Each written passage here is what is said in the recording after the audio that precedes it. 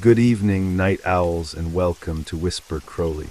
Tonight, I will guide you into a world of darkness, hoping to help you relax and unwind. Perhaps some of you will even drift into a haunting yet soothing sleep. Before we begin, let me know where you're listening from and what time it is for you. And now we begin. What if the truth isn't what we think it is? It was a question that I couldn't stop asking myself. But the more I thought about it, the less clear the answer seemed. The world I knew had suddenly fractured into pieces, and I was left to pick them up piece by piece, trying to understand what was real and what wasn't. I should have never started looking into it. I should have left the past buried, ignored the strange occurrences that seemed to happen just out of my reach. But now it was too late. It started innocently enough. A missed call from an old friend, an odd encounter with a stranger, a comment left on a forgotten social media post. Little things that, on their own, didn't mean much. But I couldn't stop noticing them, couldn't ignore the threads that seemed to be tying everything together. I'm Daniel, and I never expected to find myself in the middle of a mystery like this. I work as an editor for a small local newspaper. Not glamorous, but it paid the bills. My life had been quiet for years. But something unexplainable began to unravel. It started with a strange phone call. I didn't recognize the number, and the voice on the other end was distorted, almost like it was filtered through static. The only thing the caller said was, "Look deeper." "They're watching." The words sent a chill down my spine. I immediately thought it was a prank, maybe someone from my past trying to mess with me. But the more I thought about it, the more I realized how little I actually knew about the people around me, even those I'd known for years. The first detail that seemed out of place was the neighborhood. The place I had lived for most of my life. The old streets, the familiar houses, the neighbors who waved as they passed by, it was all normal, or so I thought. But after that phone call, I started seeing things differently. It was a Saturday afternoon when I decided to walk around the neighborhood, just to clear my mind. But the sounds, there was something different about them. A car that started a little too loudly, a dog that barked but never seemed to stop. I caught glimpses of figures moving in the distance, but when I tried to focus, they vanished into the shadows. I wasn't sure if it was the stress getting to me, but the more I paid attention, the more unsettling everything became. I felt eyes on me even when I was alone. The hairs on the back of my neck stood up whenever I turned a corner, like someone or something was always just out of sight. And then came the smell. It started as a faint, musty odor that I couldn't quite place. But each day it grew stronger, creeping into my apartment, seeping into my clothes, making my stomach churn. I couldn't shake the feeling that it wasn't just an ordinary smell. There was something wrong about it. The tension in the air grew thicker with every passing day, and it wasn't just me who noticed it. Others around me, the people I worked with, my friends, even strangers, everyone seemed to be on edge. Conversations that were once casual turned into whispered warnings. People were too quick to look over their shoulders, too cautious with their words. I didn't know it at the time, but this was just the beginning. The deeper I went, the more I uncovered. But the pieces I found only raised more questions. Who were these people? Why did they seem to know things about me that no one should? I began to ask around, starting with people who had been around for as long as I could remember. Neighbors, old acquaintances, even the local barista at the cafe where I'd grabbed my morning coffee. No one had any answers. They seemed normal, polite, but something was off. The more I pushed, the more the walls seemed to close in. And then came the text. I was sitting in my living room, scrolling through my phone when I received a message. It was from an unknown number, no name attached. The message read, "They'll be watching. The truth is closer than you think." I couldn't help but feel the unease crawl up my spine as I reread those words. The sender didn't seem to care about hiding their identity, yet they knew something I didn't. And then it hit me, this was no random message. This was connected to the strange events I had been noticing. The feeling of being watched, the odd encounters with people who seemed to know too much. It was all leading somewhere. But where? And why? I needed to dig deeper to find out what was really going on. But each time I tried, I was met with more walls, more cryptic messages, more strange encounters. And each time the feeling of being followed, of being watched, grew stronger. It was as if the closer I got to the truth, the more the shadows closed in. I couldn't stop. I had to keep going. But there was a nagging voice in the back of my head, telling me to turn back, to forget this whole thing. But the truth was out there somewhere, and I was determined to find it. As I walked through the streets of my neighborhood that evening, I couldn't shake the feeling that something was just behind me, always a step away. Something or someone watching, waiting. The longer I spent in the town, the more its normalcy seemed like a facade. Every familiar corner became a potential threat, every face a puzzle. I was being drawn deeper into a web of lies and half-truths. The real question was, how far would I go before the truth shattered me completely? I couldn't stop. The feeling of being trapped in a never-ending maze was suffocating. Every step I took only led me deeper into a world of shadows, where nothing was what it seemed. My thoughts kept swirling, the message haunting me, they'll be watching. The truth is closer than you think. It was late that night when I received another text.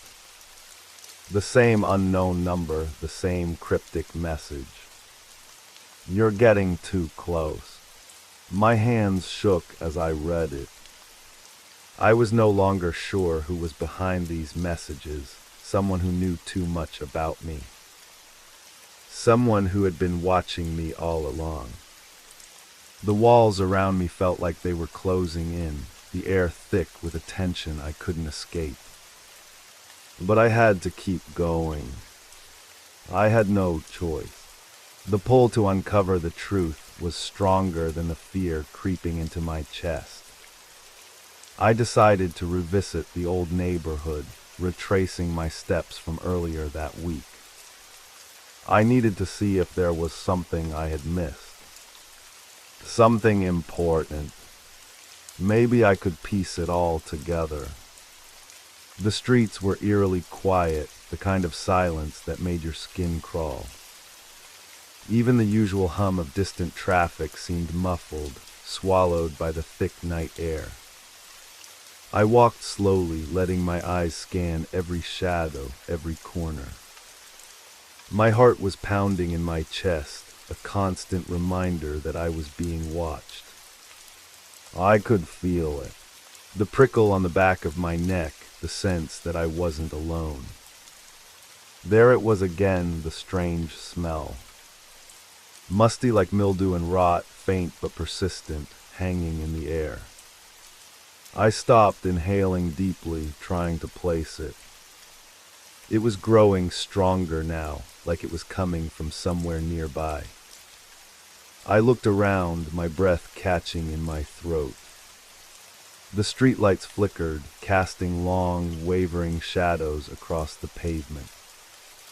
I tried to shake off the unease, telling myself that it was just my imagination playing tricks. But I couldn't ignore the feeling of eyes on me. Someone or something was watching. As I turned the corner near the old bookstore, I noticed a figure standing at the far end of the street, just out of the reach of the streetlight. It was a woman, her face obscured by the darkness, her body rigid and still. I couldn't see her clearly, but there was something about the way she stood, frozen, unblinking, that sent a chill down my spine. I should have turned around. I should have left, but my feet wouldn't move. I felt like I was trapped in a dream, unable to break free from its grip. I stared at her, waiting for her to do something, anything. But she didn't. Oh, she just stood there. A sound broke the silence, footsteps, soft and deliberate. Not my own. I whipped my head around, my eyes searching the shadows. But there was no one there. I felt the panic rising, clawing at my chest. I had to get out. I couldn't breathe, couldn't think straight. I turned and ran. The footsteps followed. They were faint at first, but they grew louder, closer, until they were right behind me. Every step matched my own, every breath in perfect sync. I could feel the presence pressing in from all sides, suffocating me. I sprinted down the street, my heart hammering in my chest, my legs burning with the effort. I glanced over my shoulder, but the woman was gone. The street was empty, just as it had been moments before. But the footsteps didn't stop. They were still there, echoing in my mind, in my ears, relentless and inescapable. I didn't dare stop to look. I couldn't. I had to keep moving. I had to get home to safety, wherever that was. I rounded the last corner, my apartment building coming into view. But as I neared the entrance, something caught my eye, a figure in the shadows, standing just inside the doorway. A man, his face hidden by the hood of his jacket, his posture rigid, unnatural. I froze. My body went cold, a chill running through me as I tried to make sense of the situation. Was it the same person from before? The woman. Had she somehow followed me? I didn't want to find out. My legs moved before my brain could process it, and I rushed past the figure, up the stairs, and into my apartment. The door slammed behind me with a force I didn't mean to exert, but I didn't care. I was safe, at least for the moment. I leaned against the door, trying to catch my breath. My heart was still racing, my mind spinning with questions, with fear. What was going on? Who were these people? Why was I being targeted? I sat on the couch, staring at the phone in my hand, the screen still glowing with the last message I'd received. The words seemed to pulse in the dark, mocking me. You're getting too close. But I couldn't stop. Not now. As I looked around the room, the silence weighed heavily on me. I had to do something. I couldn't just sit here, waiting for whatever was coming next. I grabbed my jacket and left the apartment, determined to find answers. But the further I went, the more I realized this wasn't just about me anymore. The walls had already closed in, and there was no escaping the truth that awaited me. I could feel the weight of something behind me, something I couldn't see, but I knew was there. Every shadow seemed to have a purpose. Every creak in the floorboards, every flicker of light made me question if I was truly alone. This was bigger than I had imagined. It wasn't just a game anymore. And I was about to find out how far the truth would push me. The night felt endless as I walked through the darkened streets. Every shadow seemed to grow longer. Every rustle of leaves in the wind seemed louder. It was as if the world had become distorted, more menacing with each passing moment. I was no longer just searching for answers. I was running from something I couldn't fully understand. The message, "You're getting too close," echoed in my mind. The weight of it pressed down on me, making it hard to breathe, harder to think clearly. Who was sending those messages? And why did I feel like they knew more about me than I did myself? I had to find out. I had to know what they wanted, what I was missing. The path I was walking now wasn't the one I had set out on. I had crossed a line and there was no going back. I made my way to the old house, the one I had avoided for years. It stood at the end of a narrow alley, tucked between two taller, more modern buildings. It had been abandoned for as long as I could remember. The windows were boarded up and the door hung loosely on its hinges. The place had a feeling to it, an unsettling, almost suffocating atmosphere. Something about it made my skin crawl. But there was no turning back now. The messages had led me here and I couldn't stop myself. I had to see what was inside. I reached for the door, but it creaked open on its own before I could touch it. The sound of it was sharp in the silence, like a warning. I hesitated, then stepped inside, the air heavy with dust and decay. The smell hit me immediately, old wood mildew, something I couldn't quite place. I felt like I was intruding, like I wasn't supposed to be here. But I pressed on, my footsteps echoing in the stillness. The hallway ahead was dark, the faintest sliver of moonlight cutting through the grime on the windows, casting a dim glow on the walls. The wallpaper was paling, the floorboards creaked under my weight. It was as if time had stopped here, frozen in a moment long ago. I walked down the hallway slowly, the hairs on the back of my neck standing on end. I couldn't shake the feeling that I wasn't alone. I could hear something faint and indistinct, like whispering voices just beyond the edge of hearing. I paused, straining to listen, but the sound vanished as quickly as it came. I forced myself to move forward, trying to ignore the gnawing sensation that I was being watched. The further I went, the more oppressive the air became, thick with something that made it hard to breathe. The house felt like a living, breathing thing, alive with memories, alive with secrets. I reached a door at the end of the hallway. It was slightly ajar, a narrow strip of darkness beyond it. Without thinking, I pushed it open. The room inside was cold. Empty except for the dusty remnants of old furniture, an overturned chair, a broken lamp, and a faded rug on the floor. But what caught my attention was the wall on the far side of the room. There, scribbled in uneven handwriting, were symbols.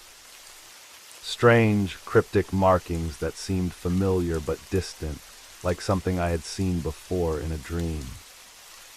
They were drawn in red, and some of the lines seemed to be smeared, as if they had been written in a hurry, or perhaps in desperation. I stepped closer, my eyes narrowing as I studied them. The symbols were jagged and distorted, as though they were meant to convey a sense of urgency, of warning. Something about them made my stomach turn. They felt wrong, unnatural. I reached out to touch the wall, but my fingers stopped just before making contact. A sudden coldness washed over me, a wave of dread so intense that it made me take a step back. It wasn't just the air, it was as if the room itself was pushing against me, urging me to leave, to turn around before it was too late. But I couldn't. Not yet. I had to know what this meant. As I continued to study the symbols, I noticed something strange. Among the chaos of markings, one symbol stood out.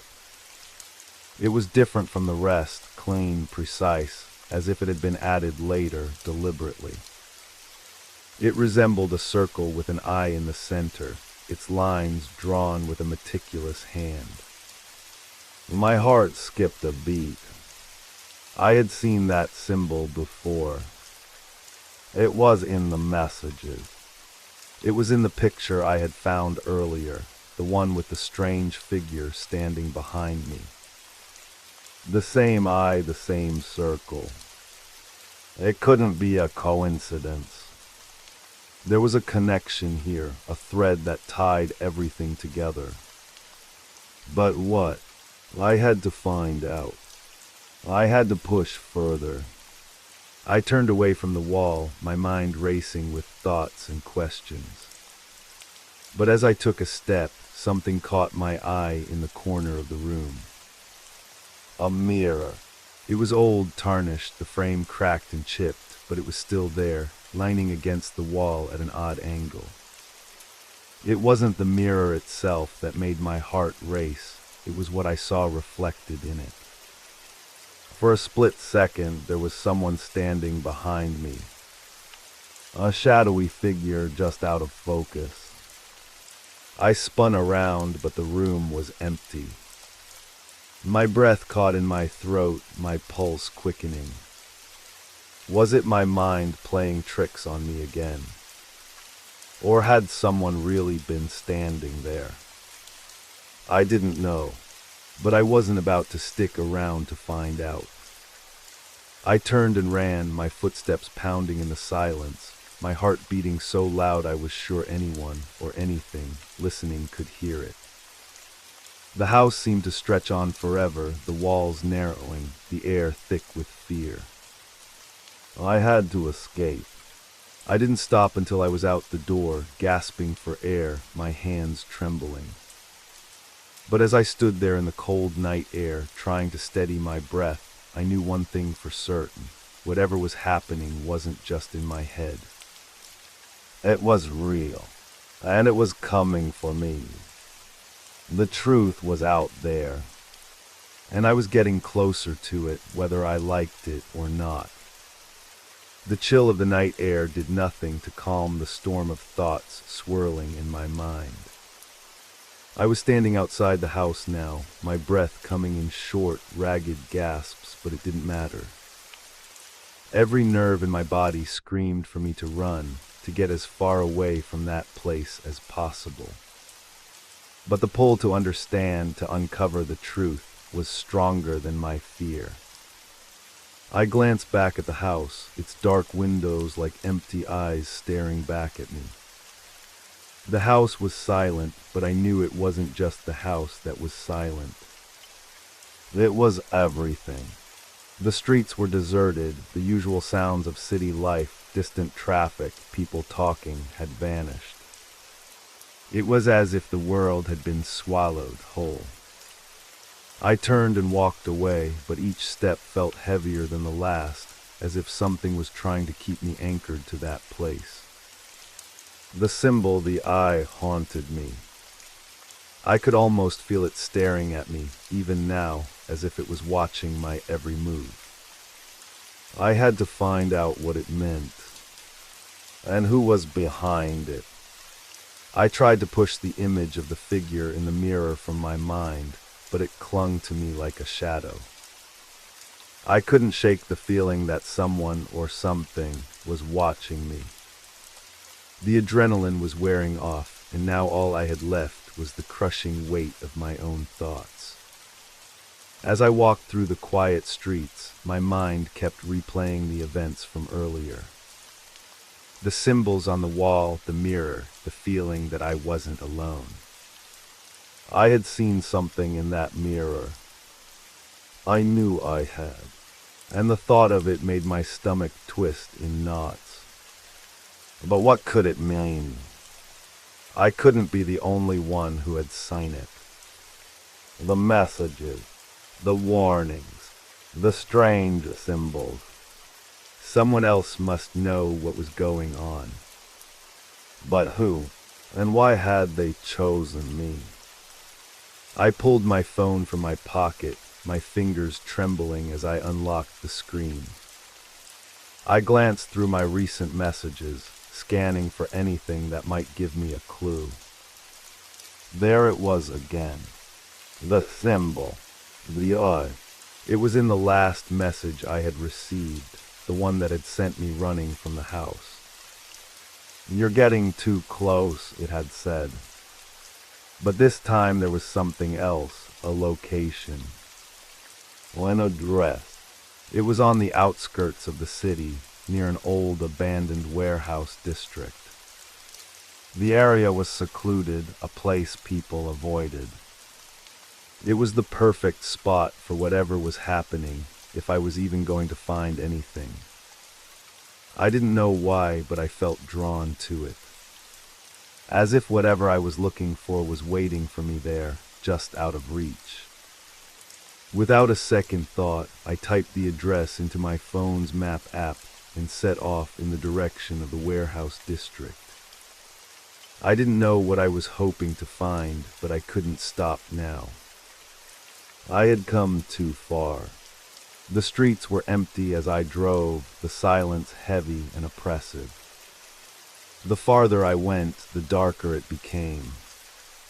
The streetlights seemed to flicker, casting long shadows that distorted the world around me.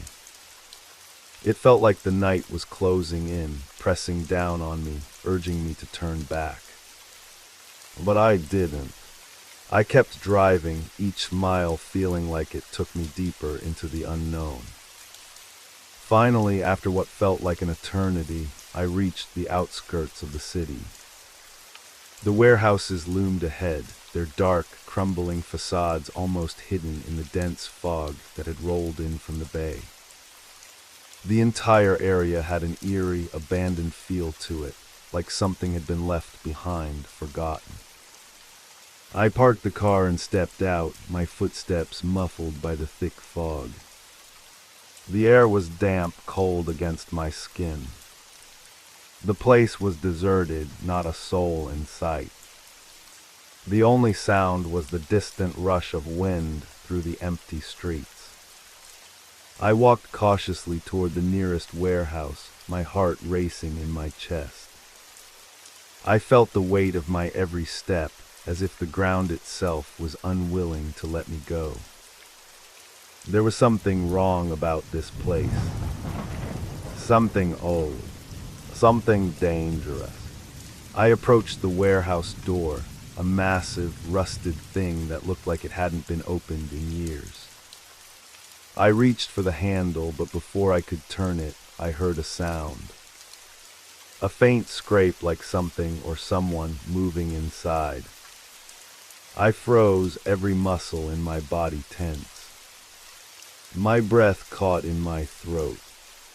The sound stopped abruptly, and for a moment I thought I had imagined it. But then I heard it again, clearer this time, footsteps. Someone was inside. I stepped back from the door, my mind racing. I had to know who it was. I had to confront whoever was here. I took a deep breath, gathering what little courage I had left, and tried the door again. This time it opened with a creak, the sound echoing in the still night. I stepped inside, my eyes straining to adjust to the darkness. The warehouse was vast, empty, with towering shelves and crates scattered throughout. But it wasn't the size of the space that caught my attention, it was the smell. A thick metallic scent filled the air, sharp and pungent. It was the smell of something decaying. Something wrong. I moved further into the warehouse, my footsteps cautious and deliberate. My mind raced with questions, but my body screamed at me to leave. Every instinct told me that I shouldn't be here. But I couldn't turn back now. A low sound echoed in the distance, almost like a whisper. It wasn't in my head. It was real. I knew it. The sound led me deeper into the warehouse, and as I walked, the whispers grew louder, clearer. They weren't just whispers anymore. They were words, voices, and they were coming from the farthest corner of the building. I swallowed hard, my throat dry. I couldn't see anyone, but I knew I wasn't alone. I approached the corner slowly, my heart pounding. There, half hidden in the shadows, was a figure. It was small, hunched over, its face obscured by a hood. For a moment, everything froze. Then the figure turned slowly, its head jerking in my direction. A shiver ran down my spine as the hooded figure took a step toward me, its voice barely a whisper. "You shouldn't have come." The words hung in the air like a distant echo in the cold, still warehouse. My heart skipped a beat, a cold sweat creeping down my spine. For a moment I was frozen, staring at the figure before me. Its voice had been soft, almost too soft, but it carried a weight and urgency that sent a chill deeper than the physical cold of the space. The figure didn't move, didn't say anything else. It simply stood there, shrouded in darkness, waiting. My breath caught in my throat. I couldn't decide if I should run, if I should stay and demand answers. But every instinct screamed at me to flee. This place, this figure, it felt like a trap. I took a cautious step back, the sound of my boots scraping against the concrete floor like an alarm. The figure flinched, as if noticing my movement for the first time. It lifted its head, revealing only shadows beneath the hood, yet something in its posture seemed almost unnatural. "Why are you here?" the voice asked again, this time louder, more insistent. There was a tremor in it, an edge of fear that was almost impossible to miss. But it was also cold, calculating, as if it knew something I didn't. I opened my mouth to respond, but no words came out. My mind was racing, trying to piece together the madness I'd already uncovered, trying to figure out how this figure, this strange person, fit into everything. The symbols, the eye, the warnings, it was all connected somehow, and I knew this was the moment I had been leading up to. But what was this figure trying to tell me? I took another step forward, my hands trembling, as if to give me some semblance of control. "Who are you?" I finally asked, my voice a strained whisper. The figure didn't answer immediately. Instead, it reached up with a slow, deliberate motion, pulling back the hood. My pulse quickened. What was I about to see? I could barely breathe, my mind screaming at me to run, but I couldn't look away. As the hood fell back, I gasped. The figure's face wasn't human. Not entirely. It was human in shape and form, but the eyes, those eyes, were completely wrong. There was no warmth to them, no soul. They were black, solid black. No white, no pupils, just an endless void. It stared at me, and for a moment I felt like I was drowning in those eyes. I couldn't look away. My heart pounded in my chest, my legs frozen in place. "You shouldn't have come here," the figure repeated, this time its voice sharp and almost warning. I tried to step back again, but something held me in place. It was like the very air around me had thickened, like I was trapped in some unseen force. Panic flooded my body, but my mind was still clinging to the idea that if I could just find out the truth, if I could just understand everything, maybe I would be free. What is this?" I managed to say, my voice barely audible. The figure didn't answer right away. Instead, it reached out slowly, its hand extending toward me, fingers unnaturally long. It was as if every movement was deliberate, like it wasn't in a hurry, but knew that I couldn't escape. That thought struck me like a bolt of lightning. I was trapped, and then just as its fingers brushed the edge of my sleeve, I felt it. A sensation I couldn't explain. Cold, so cold that it felt as though it was seeping into my bones. My breath came out in a visible cloud, even though the temperature was far from freezing. The world around me seemed to dim, as if the shadows themselves were closing in. "Don't trust what you think you know," the figure whispered, its voice now distant, echoing, as if it was coming from everywhere and nowhere at once. "The truth is worse than you can imagine." The grip around my chest tightened, and I could feel my heartbeat in my throat. The walls of the warehouse seemed to grow taller, looming above me, pressing in closer. It felt like the entire building was alive, breathing with a life of its own. I stepped back again, this time with more force, desperate to break free. But the figure didn't move. Instead, its mouth twisted into something resembling a smile, but it wasn't a smile. It was wrong. The edges of its lips stretched too wide, too unnaturally. Its teeth were too sharp, too jagged. I knew I had to leave, I had to escape.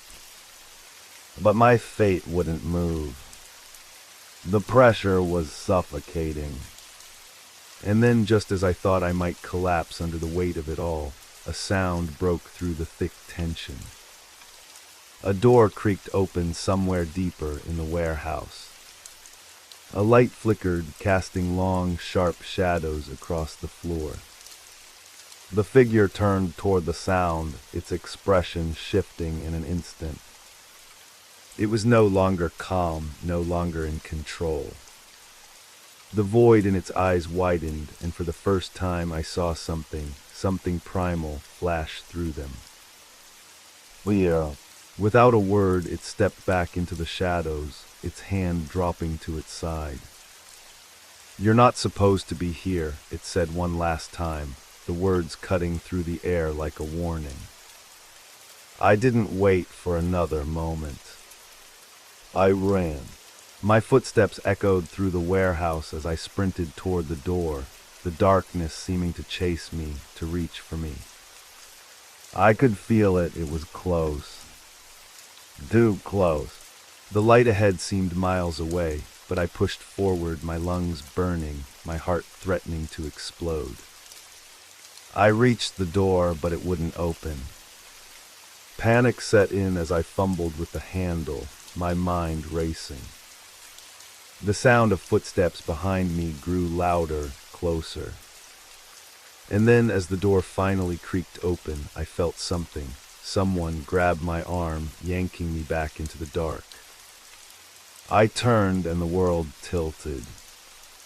Everything went black.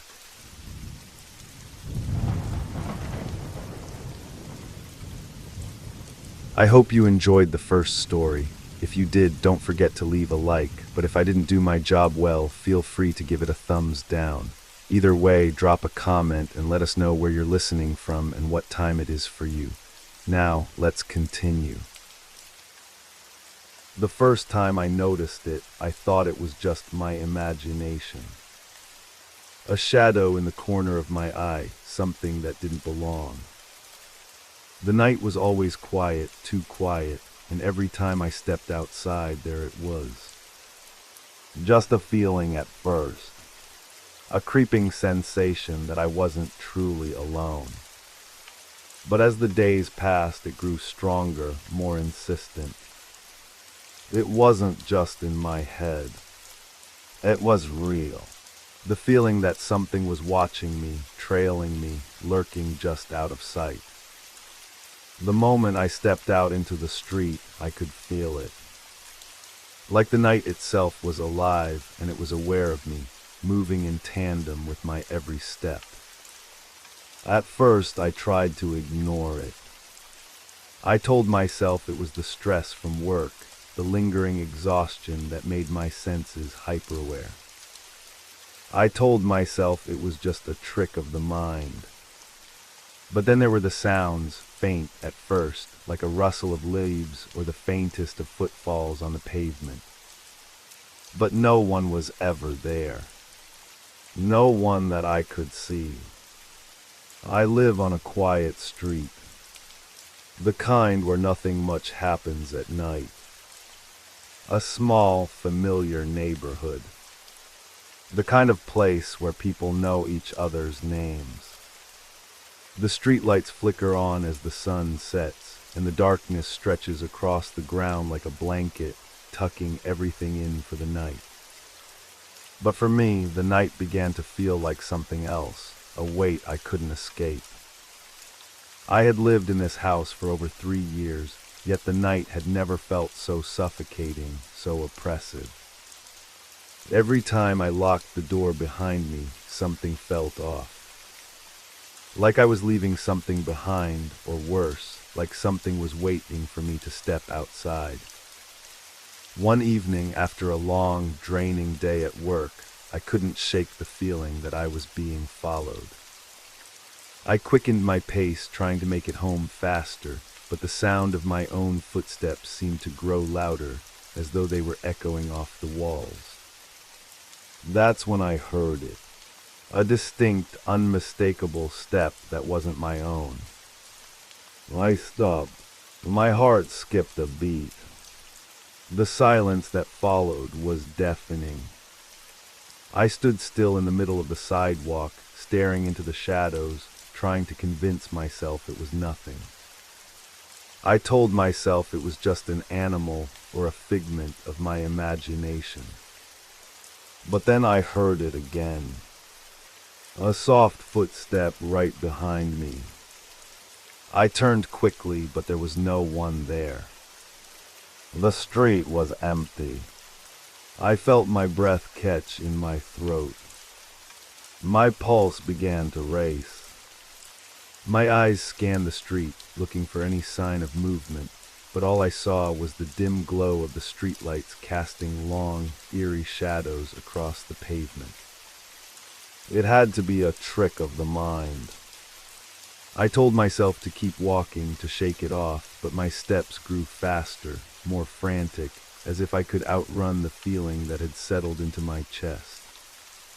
The sound of footsteps, slower now, seemed to follow in perfect rhythm with my own. My gaze darted over my shoulder again, but no one was there. My heart was hammering in my chest. I forced myself to walk faster, my body tense, every muscle coiled like a spring. The more I tried to outrun it, the closer the footsteps seemed to get. It was as if the darkness itself was closing in on me. Every corner, every alleyway, felt like it hid something lurking just out of sight. The shadows began to stretch longer, shifting unnaturally under the flickering streetlights. The air felt colder. My breath formed clouds in the chilled night air, and yet the hair on the back of my neck stood on end. I wasn't alone. I could feel it now. The present. I reached the familiar steps of my front porch, but something was wrong. My key fumbled in my hand, and as I looked down at the lock, I noticed something. The faintest mark, a smear of dirt or something darker, on the door. I froze, staring at it. Had it always been there?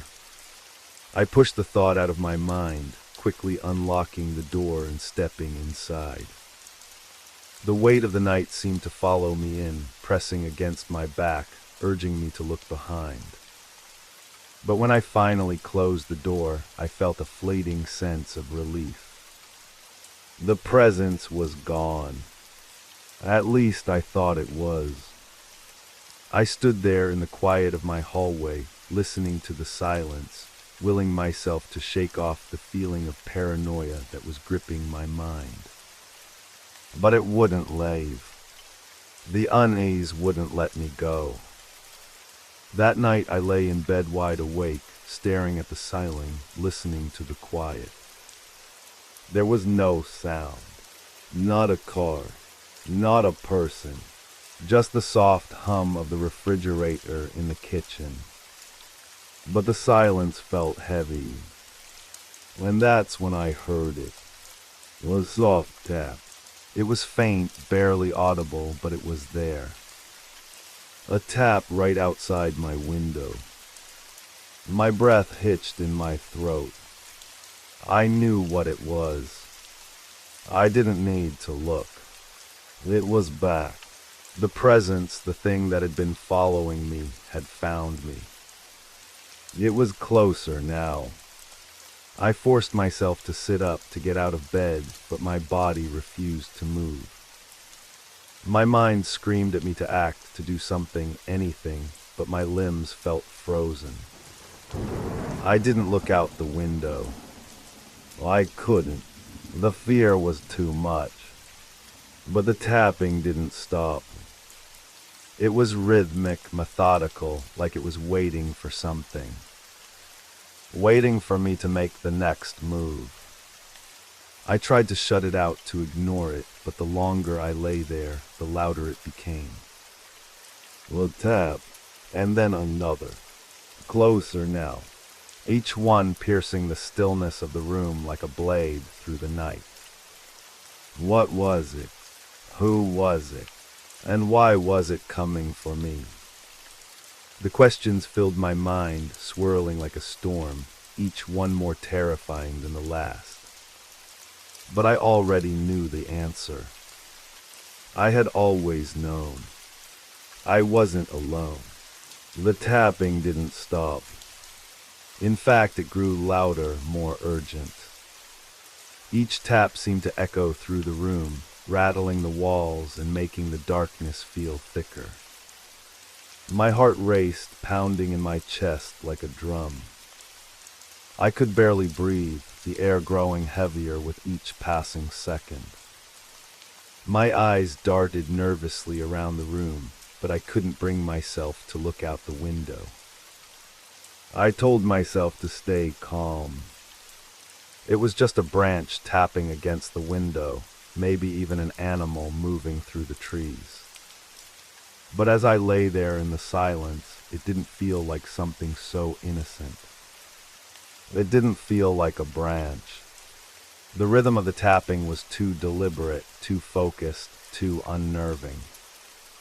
I tried to tell myself it was nothing, that I was overreacting.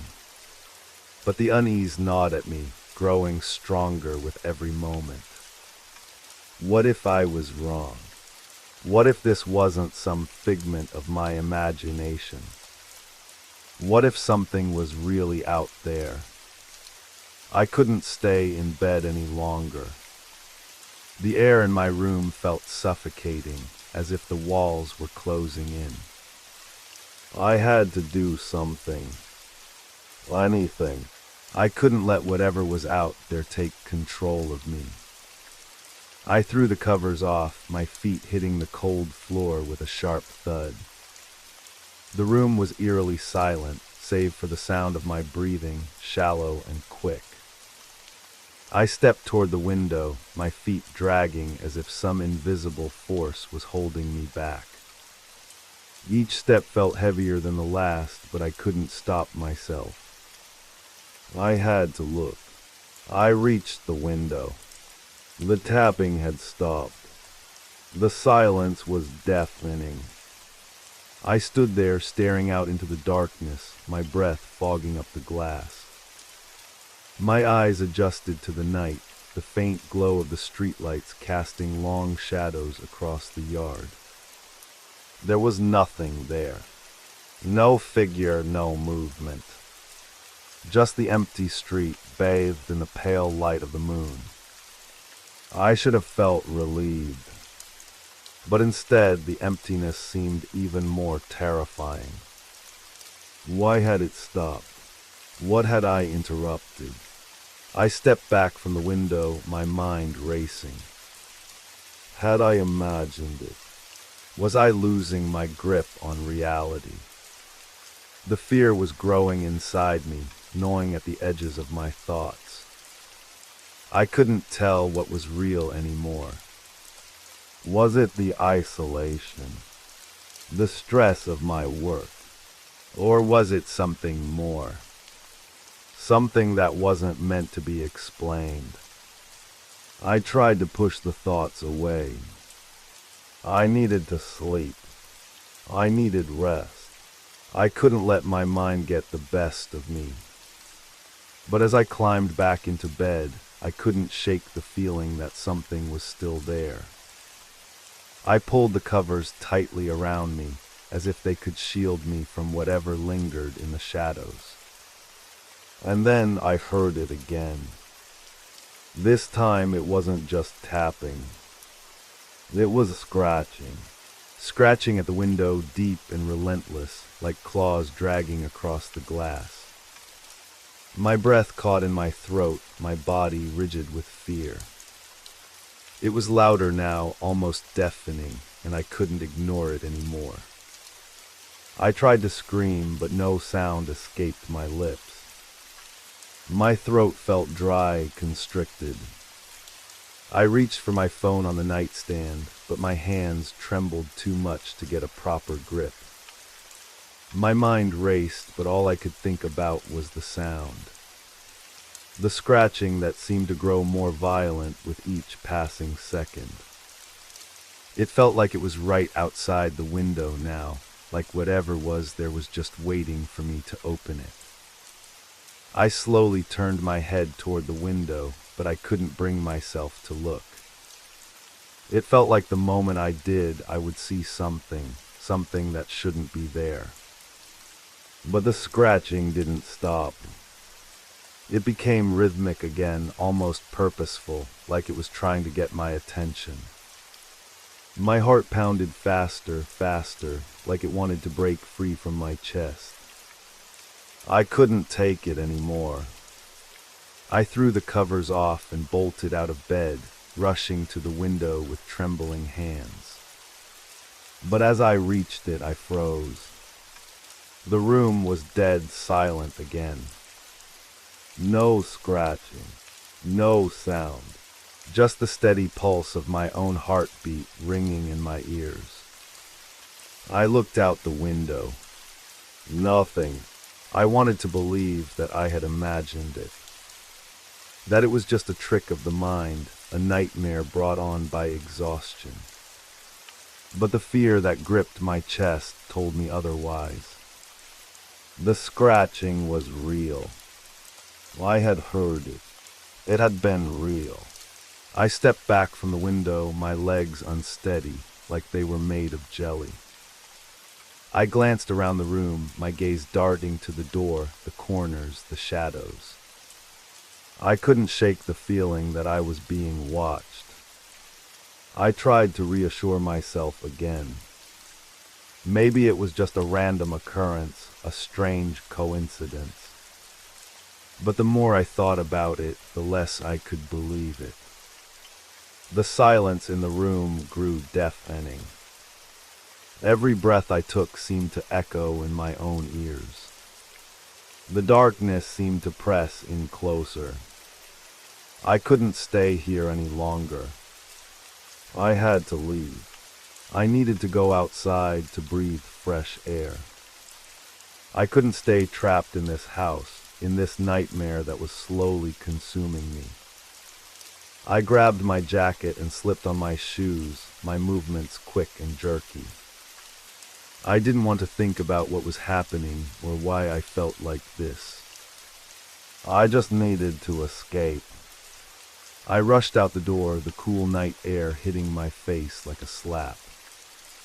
But even as I stepped into the quiet street, I couldn't shake the feeling. The feeling that something was still with me, lurking in the darkness. It was there. I knew it. I could feel it. But no matter how fast I walked, no matter how far I tried to get from it, the sensation wouldn't leave me. I was being followed, and no matter where I went, it seemed to be right behind me. The night air was cold against my skin as I walked briskly down the street, my steps quick and erratic. The silence around me felt heavier now, pressing in from all sides. The streetlights flickered above, casting long, distorted shadows that seemed to stretch unnaturally across the pavement. The world felt wrong, distorted in a way I couldn't quite explain. I kept glancing over my shoulder, my pulse racing. Every time I did, the street was empty. Just empty like it always had been. But it didn't matter. I knew it was there. I could feel it. The footsteps, the ones that had followed me before. They weren't just in my head. They were real. But when I turned around, there was never anyone behind me. A chill ran down my spine as I walked faster, the sound of my shoes tapping against the pavement growing louder. I thought I heard a rustling sound coming from the bushes on the side of the street. A soft movement like something was shifting. Something hiding. I stopped dead in my tracks. I held my breath trying to listen. The rustling stopped. For a moment I stood there trying to calm myself, to convince myself that it was just an animal. Maybe a cat or a raccoon. Nothing to be afraid of. But as I stood there, I couldn't shake the feeling that I was being watched. That whatever had been following me had gotten closer. I turned quickly and walked faster, ignoring the knot tightening in my stomach. I couldn't stop myself. I just had to keep moving. I turned a corner, heading into the park near my house. The darkness here was deeper, the trees taller, their branches creaking in the wind. The park was always quiet, especially this late at night. It was the kind of place where you could be alone, lost in your thoughts. But tonight it felt suffocating. The quiet was oppressive. And then I heard it. A faint whisper. I stopped in my tracks. My heart skipped a beat. The voice was too soft to make out, but I heard it just barely. It was like the wind only. It was. It felt too deliberate. Too intentional. I swallowed hard, my breath coming in short, shallow gasps. I wasn't imagining it. I turned around, my eyes darting through the dark, scanning every corner, every shadow. There was nothing there, but I could still feel it. The present. The eyes that were watching me, hidden in the dark. And then I heard it again. Closer this time. A whisper, but no words.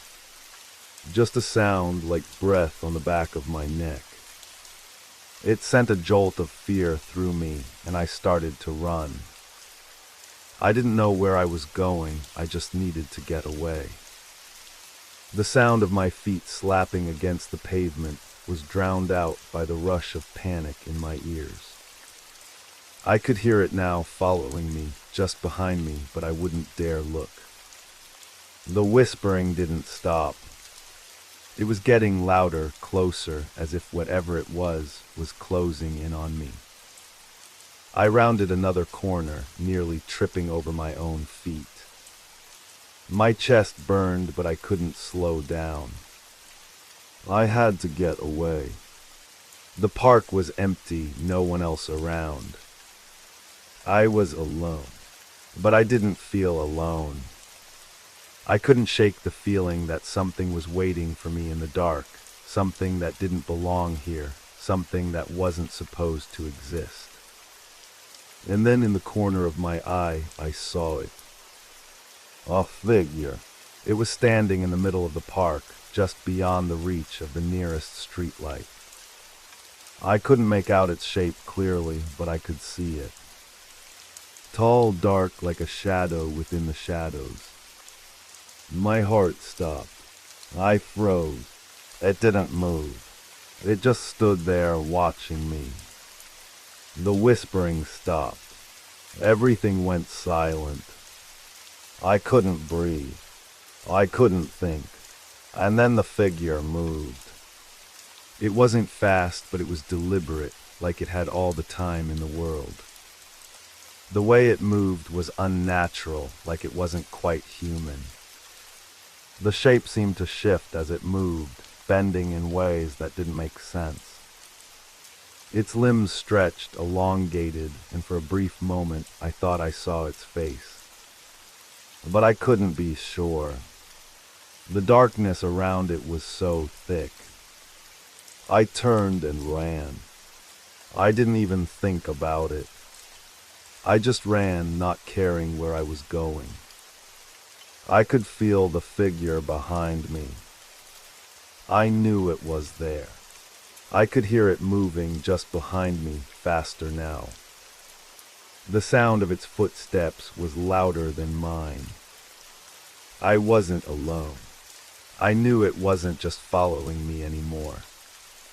It was hunting me. I ran through the park across the street, not daring to look behind me. My lungs burned, but I kept going, my feet pounding against the ground. I couldn't see the figure anymore, but I could feel it. I could feel it getting closer. I turned down an alley, praying to find safety, but it felt like the walls of the alley were closing in on me. The shadows seemed to press against my back, urging me forward. And then I heard it again, the whisper. This time it was clear. It wasn't just a breath. Come back. The words froze me in place. I couldn't breathe. It wasn't the wind. It wasn't my imagination. The voice, it wasn't human. I couldn't stop now. I had to keep running, even though every part of me screamed to turn around and face whatever was behind me. But I knew that if I did, I wouldn't be able to escape. I couldn't let it catch me. My legs were on fire, each step dragging me further into the unknown. The alley was a dark tunnel, the shadows pressing in from all sides. The whisper had stopped, but I could still feel it, like an echo, bouncing around inside my head. A sickening feeling wrapped itself around my chest, suffocating me. Every breath felt harder than the last. I reached the end of the alley, my heart pounding so loudly it drowned out the sounds of the world around me. I stumbled out onto the main road and into the cold night air, but it didn't feel any safer.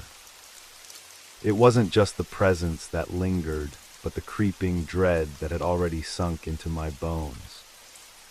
I glanced behind me, half expecting to see that shadowy figure right behind me, but the street was empty. Still, I couldn't shake the feeling of being hunted. My skin was crawling. I turned into another street, my movements erratic now, as though every corner I turned might bring me face to face with whatever had been chasing me. My mind was racing, desperately searching for answers, but all I could hear were the frantic beats of my own heart. My thoughts were scattered, fragments of what had happened spinning through my head. How had it gotten so close? Why had it followed me? Was it even real? I tried to focus, to slow down. But then it hit me. The light, the street light, the ones that had been flickering just moments ago, they were all shining bright now, as if nothing had ever been wrong. They bathed the streets in their familiar yellow glow, casting long shadows across the pavement. But I could still feel it, something was wrong. They weren't supposed to be like this. It was too perfect, too normal. I swallowed hard, looking around. The world felt still, like it was waiting for something to happen. The kind of stillness that unsettles you. It wasn't supposed to be like this. Not after what I had just experienced. And then from the corner of my eye, I saw it again. A figure just beyond the reach of the street light. It was standing there unmoving, like it had been there for ages, waiting for me. A dark silhouette, its shape warped and blurred by the shadows. My breath caught in my throat. I didn't want to look, but I couldn't stop myself. It was there. It was real. I blinked and it was gone. I stood frozen, heart racing, every fiber of my being screaming at me to run, to get out of there. But I couldn't move. The terror had paralyzed me. I forced myself to take a step back, then another, retreating into the familiar safety of the street I had just come from. I had to get to my apartment. I had to lock myself in. But as I turned around, I couldn't shake the feeling that it was already there, right behind me, waiting. I spun around again. Nothing. The street was empty. But the air felt thick. The silence was deafening. It was too quiet. And then the whispering started again. It was so faint at first, just a distant hum like wind passing through the trees. But it wasn't the wind. No, it was something far worse. "Don't go," it murmured. The voice was distant, but it was unmistakably close, too close. I staggered back, my pulse pounding in my ears, my head spinning. I couldn't breathe. My limbs felt heavy, like I was moving through water. I turned around and started running again. This time I didn't care which direction I was heading. I just needed to move. I turned into a small park, hoping for a moment of relief, but it didn't come. The trees around me loomed like dark sentinels, their branches twisting like skeletal arms. The ground felt uneven beneath my feet, the grass wet with the residue of the evening's rain. The whispering grew louder. "Come back. It's waiting for you." It was no longer a soft murmur. It was clear, insistent. The voice felt like it was inside my head, echoing in the empty space between my thoughts. I could feel it closing in on me, suffocating me. I ran faster, not caring about the path anymore. My legs burned, but I couldn't stop. I had to get away. I heard it behind me again, this time closer. The sound of footsteps, slow and deliberate, almost like it was savoring my fear. My breath was ragged as I sprinted, weaving through the trees, the darkness swallowing me whole. And then I heard something else, a different sound. A rustling like branches snapping, followed by a strange, wet sound, like something dragging along the ground. I turned around. It wasn't just a shadow anymore. The figure was coming toward me. Slowly its shape shifting with every movement. The streetlights above flickered, casting erratic flashes of light on the thing as it approached. The shape was growing, expanding, twisting. It wasn't human. It wasn't anything I recognized. It was something else. I turned and ran again, but this time my legs felt like lead. My vision blurred as my mind screamed at me to get away. But I couldn't. I tripped, fell. The ground rushed up to meet me, hard and unforgiving. My hands scraped against the wet grass, my breath caught in my throat. I tried to push myself up, but I was too slow. It was right there. I could feel its presence. The air grew colder, a dense pressure building in the space around me. I looked up. It was standing over me. It was too late to run now. I could feel its breath before I saw it clearly. The air grew even colder, as if the very atmosphere was being sucked out of the world around me. My body froze in place, my mind clouded with sheer panic. I couldn't move. I couldn't think. It was like I was trapped in a moment that had no end, no escape. The figure above me shifted slightly. It was towering, but there was no real shape to it, no distinct features. Its body was made of shadow, its outline flickering in and out of existence, as if it wasn't entirely part of this world. The air around it seemed to warp, bending in unnatural ways, like the very fabric of reality was unraveling under its weight. The longer I stared, the more it seemed to grow, stretching impossibly tall, twisting in ways that made my stomach churn. I tried to scream. I tried to run. But my voice was lost and my body wouldn't obey. My legs felt like stone, my chest tight with the crushing weight of terror. And then I heard it. A voice, no, a whisper. A hiss, sharp and low, but so clear in my mind that it felt like it was being spoken directly into my skull. "Why are you running?" it whispered, the voice like dry leaves scraping against each other, hollow and cold. I wanted to deny it, to tell it that I wasn't running, that I was simply trying to get away. But I couldn't speak. I couldn't move. I was paralyzed, my every instinct screaming at me to get away, to survive, but the fear had already sunk too deep.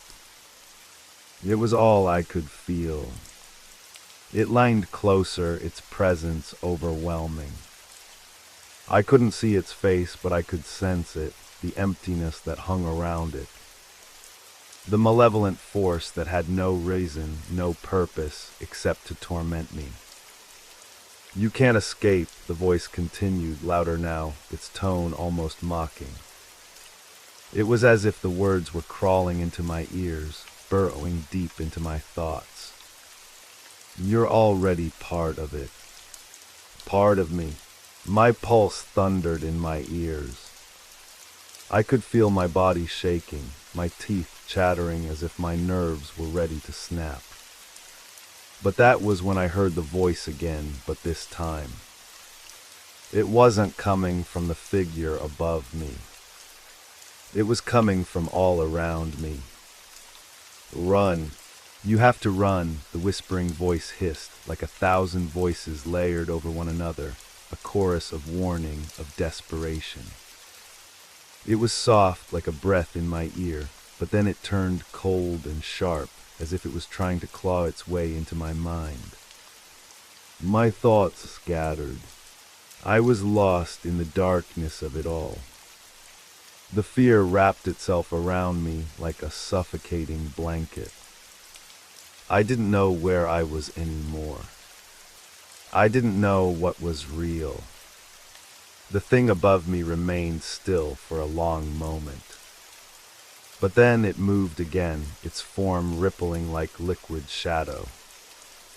A faint sound, a soft scrape of something dragging across the ground, echoed in the silence. I could hear its footsteps now, heavy and slow, as it circled me. There was no escape. I felt the urge to look up, to face whatever it was, to confront it. But I couldn't. I was too terrified. Every fiber of my being screamed at me to look away, to deny it, to deny the thing that wasn't supposed to exist. And yet, I couldn't. Something inside me, something deep and primal, forced me to look at it. The figure lined down toward me once more.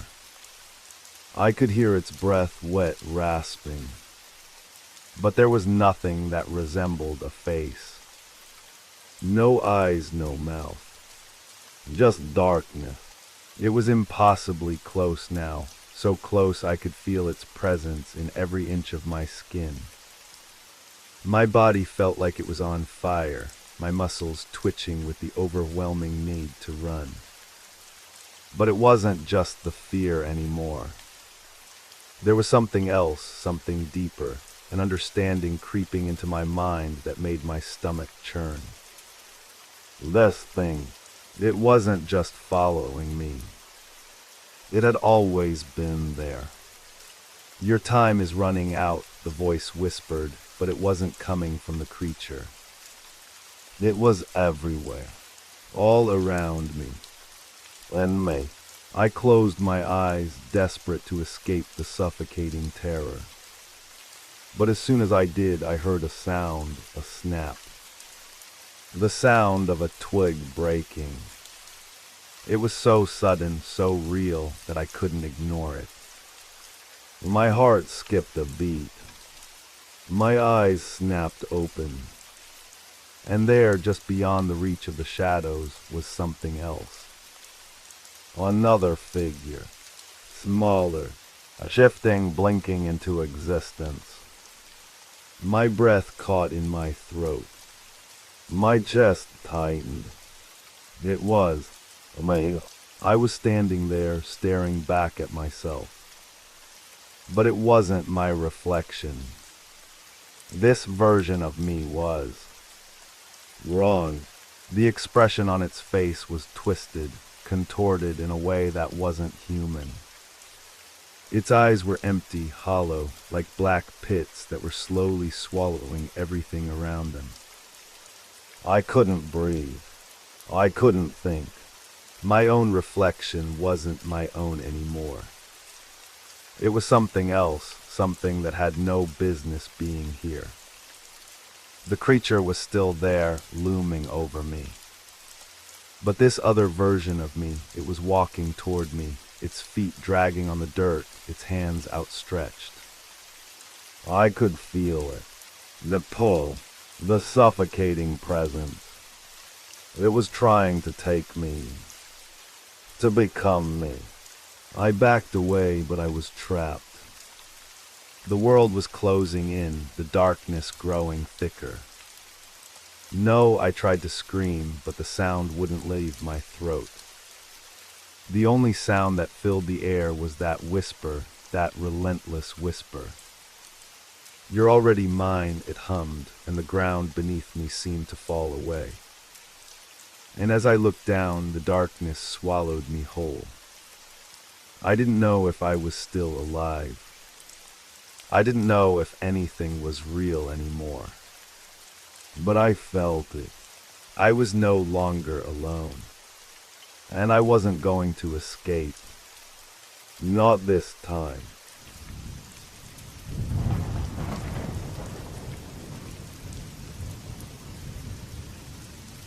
You made it to the end of the stories. That means it's the perfect time to subscribe so you don't miss future episodes.